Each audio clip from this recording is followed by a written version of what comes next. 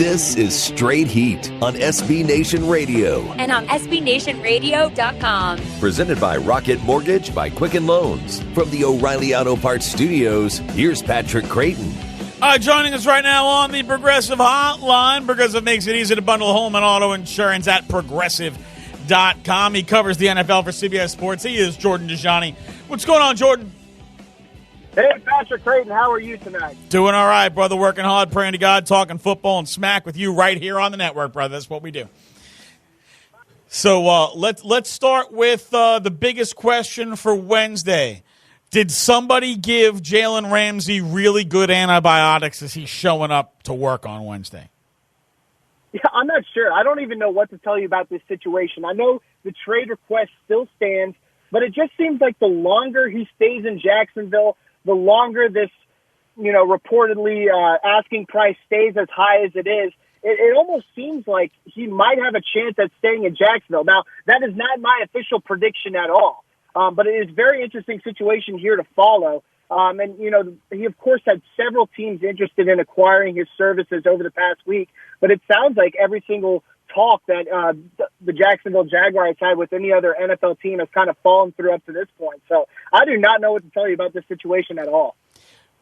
What do you think would be the kind of return it would take to acquire Jalen Ramsey? There was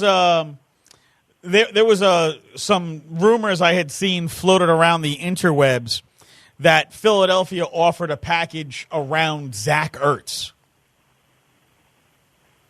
Yeah, I think if I had to guess right now, I think that the Jacksonville Jaguars would go for a first-round pick and one or two players, and one of those players being someone who could come in and make an immediate impact on that team. So bringing up Zach Ertz would be a good guess because, of course, tight ends are the quarterback security blankets.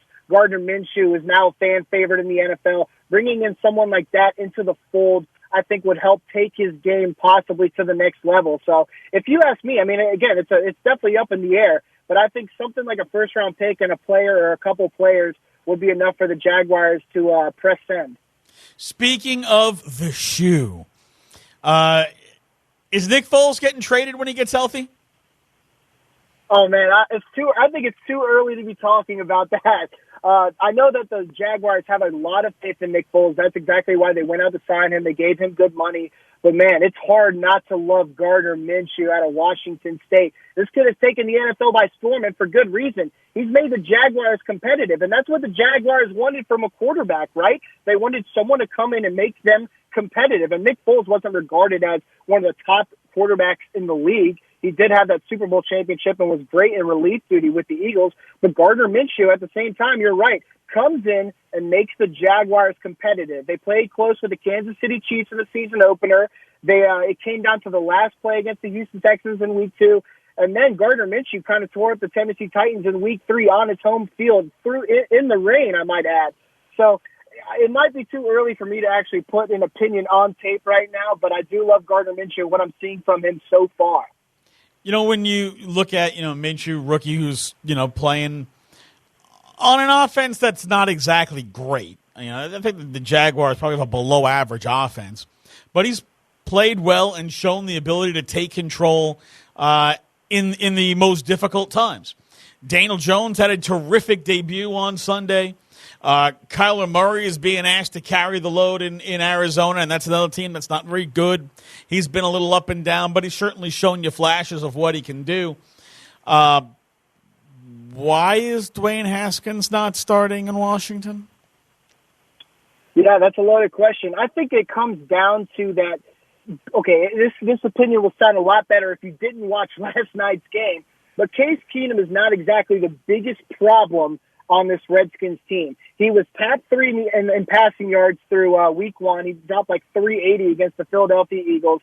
He had an okay performance, not that great against the Dallas Cowboys. And then, of course, last night's disaster. Couldn't get help from his offensive line, turning over the ball. Definitely made some bad throws.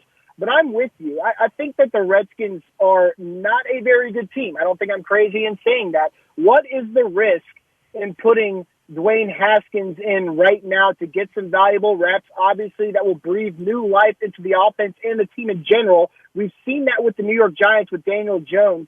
And, man, it's funny. The Giants and Redskins play on Sunday. How great would it be if we got to see Dwayne Haskins versus Daniel Jones, two divisional rivals. Daniel Jones is selected over Dwayne Haskins. There's beef there. It would be an awesome matchup. But the Redskins are sticking with Case Keenum right now. They have faith in him. They think the problems surrounding the Redskins are not Case Keenum exactly. They're the problems that are surrounding him, the offensive line. Some of the wide receivers, not named Terry McLaurin, need to do a better job catching the ball, getting open. And, of course, the defense needs to provide good pass rush, and they need to be better in the secondary as well. So I think that tune will change in a couple weeks if the Redskins continue to lose. I wrote about this on CBSSports.com. I think Dwayne Haskins ends up getting the start at some point in the season. I just wish it could be this week against the Giants. I am a firm believer, Jordan. Problem number one in Washington is Daniel Snyder. Problem number two in Washington is Bruce Allen. And I don't think it matters who the coach is. I don't think they're ever going to win. But is Jay Gruden ultimately paying with his job this year for that slop of a roster that they've put together? Absolutely. And I've been a supporter and I've been a fan, I guess you could say, of Jay Gruden. I really liked him coming out of Cincinnati. I think he has potential as an NFL coach. But there's no denying that he's fallen flat in Washington. And like you said, this isn't all his fault. Let's rewind back to last year. This was the team that was leading the NFC East for half of the year before injuries came in and derailed the entire campaign. Top two quarterbacks, stars on both sides of the field. So with the injury bug that's constantly biting the Redskins, they're not doing a great job in the offseason in trying to acquire key parts, especially on the offensive side of the ball, in my mind. Jay Gruden is going to pay with his job. But I will tell you, I think what the Redskins want most is for Bruce Allen to no longer be part of the Redskins organization. I know that Daniel Snyder has somewhat taken a step back in terms of his voice and his, let's say play calling ability for what goes on with that franchise.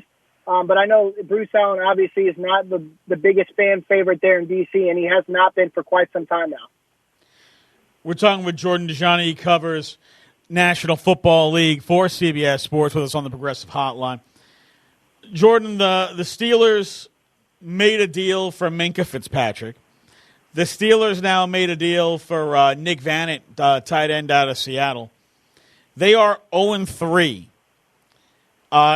Is their season on the brink? Is it already gone? And is it getting hot under Mike Tomlin's seat? I will say that it's on the brink right now. I know that the Steelers have a lot of faith in Mason Rudolph, and I think he's an intriguing prospect myself. They have confidence that he can come in and lead them to a winning record and hopefully compete for a playoff bid.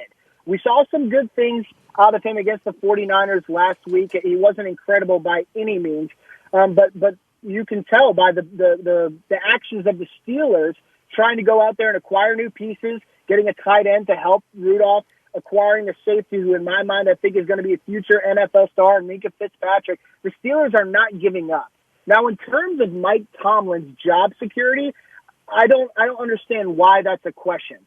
Because Ben Roethlisberger goes down this year. Obviously, he's kind of the guy on that team, a leader in the locker room and on the field, of course.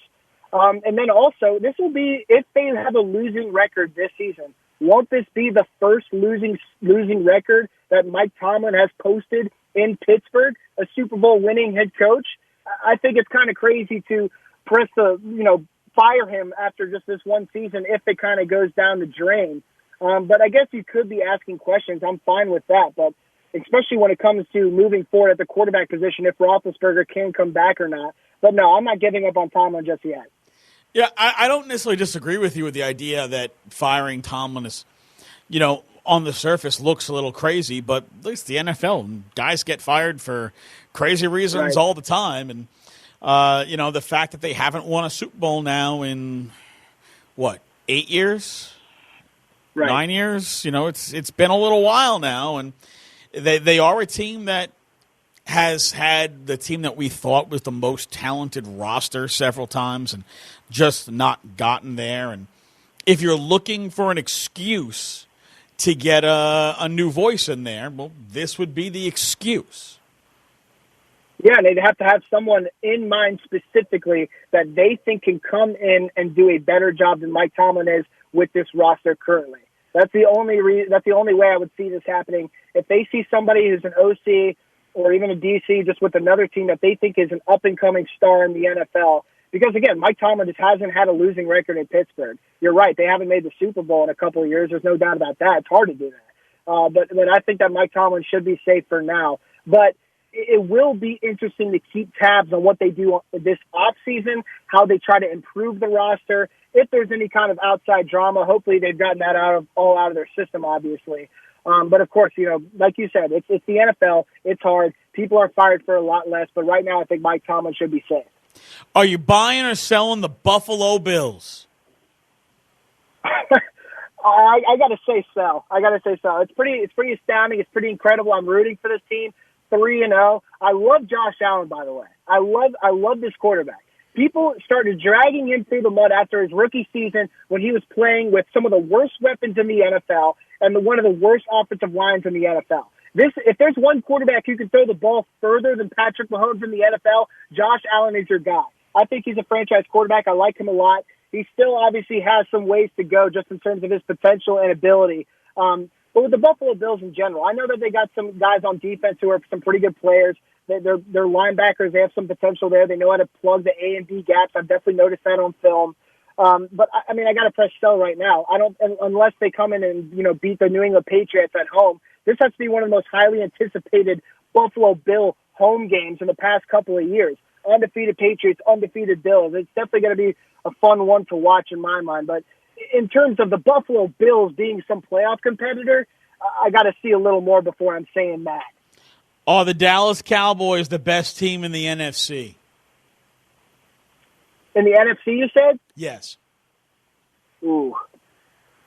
I won't fight you on that opinion. If that's your opinion, I think the Dallas Cowboys, the biggest move they made this offseason was promoting Kellen Moore to offensive coordinator. I think you can agree with me that the Dallas Cowboys offense looks a lot more efficient. It looks just better in general. Dak Prescott all of a sudden looks like that quarterback who should earn that top-end contract, which he will eventually get from Jerry Jones and company.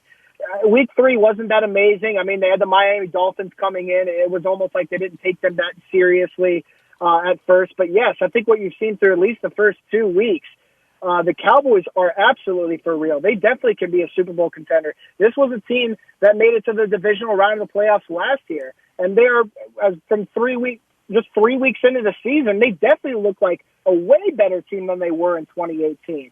So if you want to tell me the Dallas Cowboys are the best team in the NFC, I'm not going to fight you on that at all. Bigger move for the Cowboys, bringing in Kellen Moore or getting rid of Scott Linehan? That's a good question. I will go with promoting Kellen Moore because if you remember, when reports started to surface that Kellen Moore was the favorite, Dallas Cowboys fans, let's be real, they were kind of up in arms.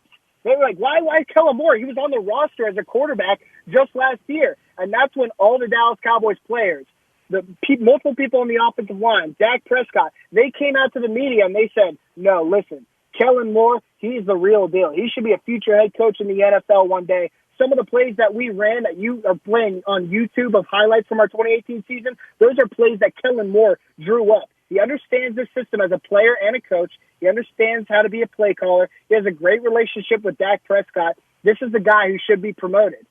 And what do you know? It ends up happening. Fans love it. And, of course, they're sitting at undefeated right now.